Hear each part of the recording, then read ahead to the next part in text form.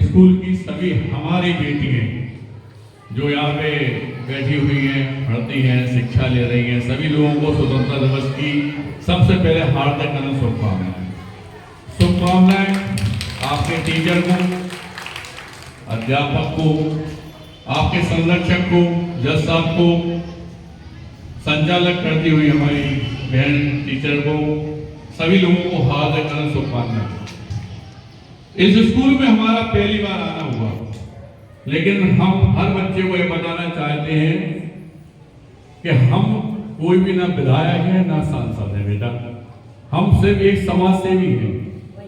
और समाज सेवा का दायरा इतना बढ़ा दिया कि आज हजारों की जनसंख्या में हमारे साथ आदमी है। मैं डॉक्टर संदीप सराव हूं, जो डॉक्टर की मानव उपाधि भी रॉयल यूनिवर्सिटी अमेरिका के द्वारा दी हुई है।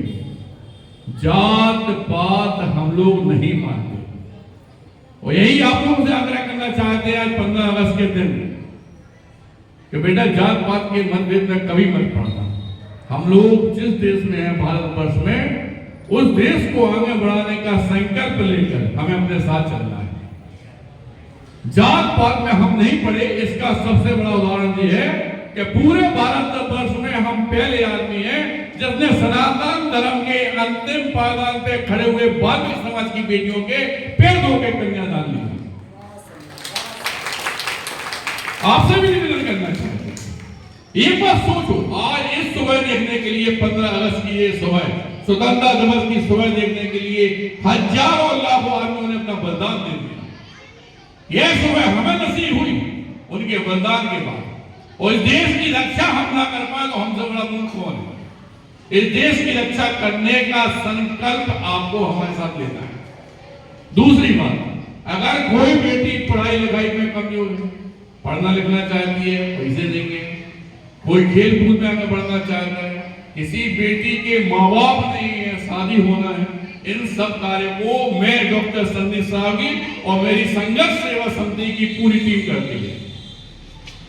आप लोगों को यह अवगत इसलिए कराना चाहते हैं कि हो सकता है आपकी निगाह में भी कोई ऐसी बेटी हो जिसके मम्मी पापा नहीं, परेशान है, दिक्कत है, तो इन लोगों का पूरा काम हम लोग करते हैं। बेफिक्र होकर कभी भी अपने परिवार का पिता, बड़ा भाई, परिवार का सदस्य मानते हुए एसएम टावर जोगन बाग में आप लोग आ सकते हैं। इलाज से हम गोविंद चौराहे के लिए जाते हैं, आरएसएस कार्यालय है, उसके जस्ट बगल में हमारा ऑफिस है। और जब भी कोई दिक्कत देखे, परेशानी देखे, तो अपने आप को कमजोर मत समझना। कमजोर तो वैसे भी इस बुंदेलखंड की धरा पे किसी भी बेटी ने समझा ही नहीं है, क्योंकि बुंदेलखंड की धरा पे बहुत बड़ी ताकत है बेटा। एक कल्पना करो कि 18-20 साल की लड़की 1 साल का बच्चा बांध के छोटा सा, और उन अंग्रेजों से लड़ते हुए निकली जिनसे बात करने में भी लोग थरथराते थे, उन्हें मारते हुए, जिनके सामने आने नहीं पड़ता था, जिसने क्रांति की पहली चिंगारी जलाई अपने, उस धरा पे पैदा हुई हमारी ये बेटियां। इनमें तो वो साहस है जैसे कोई हरा ही नहीं सकता। और जहां पे हमारी बेटी अपने आप को कमजोर समझे, वो इस बात का वचन दिया है कि अपने पिता के रूप में हमें खड़ा पाएंगे।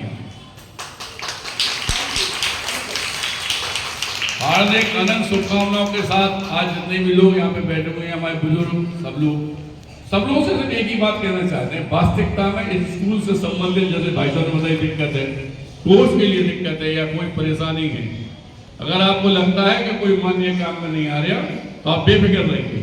आपको लगे कि आपके स्कूल के सारे लोगों को मिला के अगर 100 आदमियों का मारे तो 0 समझ के आने लगा दो। हम देखते हैं कि कैसे काम नहीं होता।